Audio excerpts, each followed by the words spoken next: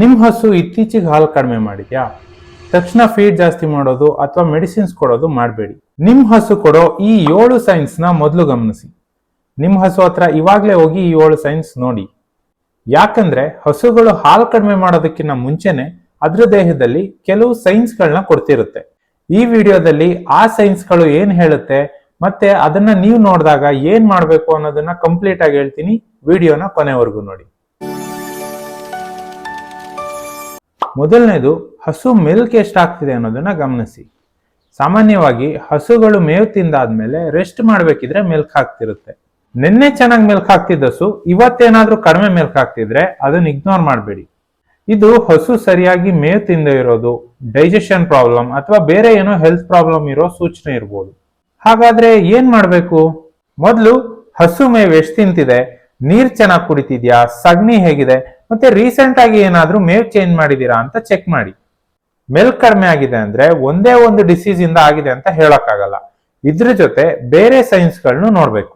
ಎರಡನೇದು ತುಂಬಾ ಸಿಂಪಲ್. ಹಸು ಫೀಡ್ ಚೆನ್ನಾಗಿ ತಿಂತಿದ್ಯಾ? ನಿನ್ನೆಗಿಂತ ಫೀಡ್ ಏನಾದ್ರೂ ಕಡಿಮೆ ತಿಂದಿದ್ಯಾ? ಇದು ಹಾಲು ಕಡಿಮೆ ಆಗೋದಕ್ಕಿಂತ ಮುಂಚೆ ಕಾಣಿಸ್ಕೊಳ್ಳೋ ಒಂದು ಇಂಪಾರ್ಟೆಂಟ್ ವಾರ್ನಿಂಗ್ ಸೈನ್ ಗಳಲ್ಲಿ ಒಂದು. ಹಸು ಸರಿಯಾಗಿ ಫೀಡ್ ತಿನ್ಲಿಲ್ಲ ಅಂದ್ರೆ ಅದ್ರ ಪರಿಣಾಮ ಡೈರೆಕ್ಟ್ ಆಗಿ ಹಾಲಿನ ಇಳುವರಿ ಮೇಲೆ ತೋರಿಸುತ್ತೆ. ಹಾಗಾದ್ರೆ ಫೀಡ್ ಜಾಸ್ತಿ ಹಾಕೋದೇ ಸೊಲ್ಯೂಷನ್ ಅಲ್ಲ. ಮೊದಲು ಫೀಡ್ ಫ್ರೆಶ್ ಆಗಿದ್ಯಾ, ಫೀಡ್ ಅಲ್ಲಿ ರೀಸೆಂಟ್ ಆಗಿ ಏನಾದ್ರೂ ಚೇಂಜ್ ಮಾಡಿದೀರಾ, ಹೀಟ್ ಸ್ಟ್ರೆಸ್ ಏನಾದ್ರೂ ಇದೆಯಾ ಅಂತ ಗಮನಿಸಿ. ಮತ್ತೆ ಫೀಡ್ ಕೊಟ್ಟಾದ್ಮೇಲೆ ಅದು ಎಷ್ಟು ಉಳಿಸ್ತಿದೆ ಅನ್ನೋದನ್ನ ಡೈಲಿ ನೋಡೋ ಅಭ್ಯಾಸ ಮಾಡ್ಕೊಳ್ಳಿ. ಮೂರನೇದು ಟೆಂಪರೇಚರ್. ನಿಮ್ ಹಸು ಸಡನ್ ಆಗಿ ಹಾಲು ಕಡಿಮೆ ಕೊಡ್ತಿದೆ ಅಂದ್ರೆ ಒಂದು ಥರ್ಮೋಮೀಟರ್ ಯೂಸ್ ಮಾಡಿ ಟೆಂಪರೇಚರ್ ನ ಚೆಕ್ ಮಾಡಬಹುದು. ಜನರಲ್ ಆಗಿ ಹಸುಗಳ ಟೆಂಪರೇಚರ್ 101.5 ಡಿಗ್ರಿ ಫ್ಯಾರನ್ಹೀಟ್ ಇಂದ 102.5 ಡಿಗ್ರಿ ಫ್ಯಾರನ್ಹೀಟ್ ಇರಬಹುದು. ಅದಕ್ಕಿಂತ ಏನಾದ್ರೂ ಜಾಸ್ತಿ ಇತ್ತು ಅಂದ್ರೆ ಏನಾದ್ರೂ ಇನ್ಫೆಕ್ಷನ್ ಅಥವಾ ಇನ್ಫ್ಲಮೇಷನ್ ಇರೋ ಸೂಚನೆ ಇರುತ್ತೆ. ಎಕ್ಸಾಂಪಲ್ಗೆ ಕೆಚ್ಚಲಲ್ಲಿ ಏನಾದ್ರೂ ಕೆಚ್ಚಲು ಬಾವ್ ಆಗಿತ್ತು ಅಂತ ಅಂದ್ರೆ ಅವಾಗ ನಿಮ್ಗೆ ಟೆಂಪರೇಚರ್ ಜಾಸ್ತಿ ತೋರಿಸುತ್ತೆ. ಹಾಗಾಗಿ ಹಸು ಹಾಲು ಕಡಿಮೆ ಆಗಿದೆ ಪ್ಲಸ್ ಜ್ವರನೂ ಇದೆ ಅಂದ್ರೆ ನೀವು ಬರೀ ಫೀಡ್ ಜಾಸ್ತಿ ಮಾಡ್ತಾ ಕೂರ್ಬೇಡಿ, ಅದನ್ನ ಫಸ್ಟ್ ಚೆಕ್ ಮಾಡಿಸಿ. ಮತ್ತೆ ಕಾರಣ ಗೊತ್ತಿಲ್ಲದೆ ನೀವಾಗೇನೆ ಯಾವ್ದೋ ಆಂಟಿಬಯೋಟಿಕ್ ಮತ್ತೆ ಬೇರೆ ಮೆಡಿಸಿನ್ ಕೊಡೋದಕ್ಕೆ ಹೋಗ್ಬೇಡಿ. ನಾಲ್ಕನೇದು, ಕೆಚ್ಚಲು ಮತ್ತು ಹಾಲು. ಹಸುವಿನ 4 ಕೆಚ್ಚಲುಗಳನ್ನು ಚೆಕ್ ಮಾಡಿ. ಯಾವ್ದಾದ್ರು ಒಂದು ಕೆಚ್ಚಲು ಮುಟ್ಟಿದ್ರೆ ಬಿಸಿ ಅನ್ನಿಸ್ತಾ ಇದ್ಯಾ, ಊತ ಬಂದಿದ್ಯಾ, ಅಥವಾ ಮುಟ್ಟಿದ್ರೆ ಹಸು ನೋವಾಗ್ತಿದ್ಯಾ, ಹಾಲು ಕರೆದಾಗ ಹಾಲಲ್ಲಿ ಸಣ್ಣ ಸಣ್ಣ ಗೆಡ್ಡೆಗಳೇನಾದ್ರೂ ಕಾಣಿಸ್ತಿದ್ಯಾ, ಅಥವಾ ಹಾಲು ನೀರಿನ ತರ ಬರ್ತಿದ್ಯಾ.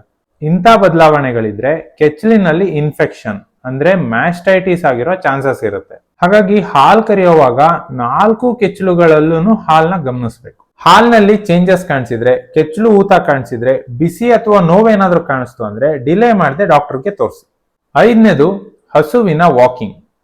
ಹಸು ನಡಿಬೇಕಾದ್ರೆ ಕುಂಟ್ತಿದ್ಯಾ, ಒಂದ್ ಕಾಲಿನ ಮೇಲೆ ಸರಿಯಾಗಿ ಭಾರ ಹಾಕ್ತಿಲ್ವಾ, ನಡೆಯೋಕೆ ಅಥವಾ ಎದ್ ನಿಲ್ಲೋಕೆ ಏನಾದ್ರೂ ಕಷ್ಟ ಪಡ್ತಿದ್ಯಾ, ಹಾಗಿದ್ರೆ ಕಾಲು ಅಥವಾ ಗೊರ್ಸಲ್ಲಿ ಏನಾದ್ರೂ ಪ್ರಾಬ್ಲಮ್ ಇರ್ಬೋದು. ಇದರಿಂದ ಹಸು ಜಾಸ್ತಿ ನಡೆಯೋದಕ್ಕಾಗದೆ ಇರ್ಬೋದು, ಫೀಡ್ ಹತ್ರ ಹೋಗೋದ್ ಕಡಿಮೆ ಆಗ್ಬೋದು. ಹಾಗಾಗಿ ಫೀಡ್ ಇಂಟೆಕ್ ಕಡಿಮೆ ಆಗ್ಬೋದು, ಅದ್ರ ಪರಿಣಾಮ ಹಾಲಿನ ಮೇಲೂ ತೋರಿಸ್ಬೋದು. ಅದರಿಂದ ಹಾಲು ಕಡಿಮೆ ಆದಾಗ ಬರೀ ಕೆಚ್ಚಲನ್ನ ಮಾತ್ರ ನೋಡ್ಬೇಡಿ, ಹಸುವಿನ ಕಾಲು ಮತ್ತು ಗೊರ್ಸನ್ನು ನೋಡಿ. ಹಸು ಕುಂತಿದ್ರೆ ಕಾರಣ ಏನು ಅಂತ ತಿಳ್ಕೊಳ್ಳೋದಕ್ಕೆ ಚೆಕ್ ಮಾಡಿಸಿ. ಆರನೇದು, ಸಗಣಿ. ಇದು ರೈತರುಗಳು ಪ್ರತಿದಿನ ಈಸಿಯಾಗಿ ಗಮನಿಸಬಹುದಾದಂತ ಒಂದು ಸೈನ್. ಸಗಣಿ ಏನಾದ್ರೂ ನೀರ್ ತರ ಆಗಿದ್ಯಾ, ಜನರಲ್ ಗಿಂತ ತುಂಬಾ ತೆಳ್ಳಗಾಗಿದ್ಯಾ, ಅಥವಾ ಫೀಡ್ ಅಲ್ಲಿ ಸರಿಯಾಗಿ ಡೈಜೆಸ್ಟ್ ಆಗದೆ ಇರೋ ಪೀಸ್ಗಳೇನಾದ್ರೂ ಸಗಣಿ ಜೊತೆ ಬಂದಿದ್ಯಾ. ಇಂಥ ಚೇಂಜಸ್ ಇದ್ರೆ ಫೀಡ್ ಅಥವಾ ಡೈಜೆಷನ್ ಅಲ್ಲಿ ಏನಾದ್ರೂ ಪ್ರಾಬ್ಲಮ್ ಇರ್ಬೋದು. ಸ್ಪೆಷಲ್ ಆಗಿ ಇತ್ತೀಚೆಗೆ ಏನಾದ್ರೂ ಫೀಡ್ ಚೇಂಜ್ ಮಾಡಿದ್ರಾ, ಹೊಸ ಫೀಡ್ ಕೊಟ್ರಾ, ಅಥವಾ ಕ್ವಾಲಿಟಿ ಕಡಿಮೆ ಇರೋ ಫೀಡ್ ಕೊಟ್ರಾ ಅಂತ ಚೆಕ್ ಮಾಡಿ. ಆದ್ರೆ ಇಲ್ಲೂ ಕೂಡ ಬರೀ ಸಗಣಿ ಒಂದನ್ನ ನೋಡಿ ಕನ್ಕ್ಲೂಷನ್ ಬರಬೇಡಿ. ಫೀಡ್ ಇಂಟೇಕ್, ಮೆಲ್ಕು, ಸಗಣಿ ಮತ್ತು ಹಾಲಿನ ಪ್ರಮಾಣ ಇದೆಲ್ಲಾನು ಒಟ್ಟಿಗೆ ಗಮನಿಸಿ. ಕೊನೆದು, ಹಸುಗೆ ಬಿಸಿಲಿನ ಸ್ಟ್ರೆಸ್ ಇದೆಯಾ, ಹಸು ಜನರಲ್ ಗಿಂತ ಜೋರಾಗಿ ಮತ್ತು ಸ್ಪೀಡ್ ಆಗಿ ಉಸಿರಾಡ್ತಿದ್ಯಾ, ಬಾಯಿ ತೆಗೆದು ಉಸಿರಾಡ್ತಿದ್ಯಾ, ಜಾಸ್ತಿ ಜೊಲ್ ಸುರಿಸ್ತಿದ್ಯಾ, ನೆರಳನ್ನು ಹುಡುಕ್ತಿದ್ಯಾ, ಇದೆಲ್ಲ ಹೀಟ್ ಸ್ಟ್ರೆಸ್ ನ ಸೈನ್ಸ್ ಇರ್ಬೋದು. ಹಸುವಿಗೆ ಹೀಟ್ ಸ್ಟ್ರೆಸ್ ಆದಾಗ ಫೀಡ್ ತಿನ್ನೋದು ಕಡಿಮೆ ಆಗ್ಬೋದು. ಫೀಡ್ ಕಡಿಮೆ ತಿಂದಾಗ ಅದರ ಪರಿಣಾಮ ಹಾಲಿನ ಮೇಲೂ ಬೀಳ್ಬೋದು. ಅದಕ್ಕೆ ಬೇಸಿಗೆಯಲ್ಲಿ ಏನಾದ್ರೂ ಹಾಲು ಕಡಿಮೆ ಆದ್ರೆ ಅದು ಬರೀ ಕಾಯಿಲೆಯಿಂದ ಮಾತ್ರ ಆಗಿದೆ ಅಂತ ಅನ್ಕೋಬೇಡಿ. ಹಸುವಿಗೆ ಸಾಕಷ್ಟು ನೆರಳು, ಕ್ಲೀನ್ ವಾಟರ್ ಮತ್ತೆ ಸರಿಯಾಗಿ ಗಾಳಿ ಸಿಗ್ತಿದ್ಯಾ ಅಂತ ನೋಡಿ.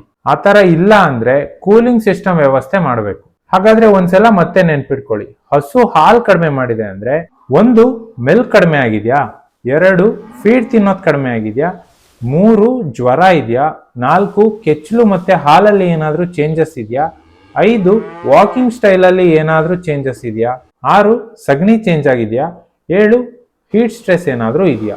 ಈ 7 ಸೈನ್ಸ್ಗಳಲ್ಲಿ ಒಂದೇನಾದ್ರೂ ಕಾಣಿಸ್ತು ಅಂದ್ರೆ ಸಡನ್ ಆಗಿ ಯಾವ್ದೋ ಕಾಯಿಲೆ ಬಂದಿದೆ ಅಂತ ನಿರ್ಧಾರ ಮಾಡಬೇಡಿ. ಆದ್ರೆ ಒಂದಕ್ಕಿಂತ ಹೆಚ್ಚು ಸೈನ್ಸ್ಗಳೇನಾದ್ರೂ ಕಾಣಿಸ್ತು ಅಂದ್ರೆ ನಿಮ್ಗೆ ಪ್ರಾಬ್ಲಮ್ ಎಲ್ಲಿದೆ ಅನ್ನೋದ್ರ ಬಗ್ಗೆ ಒಂದು ಕ್ಲೂ ಸಿಗುತ್ತೆ.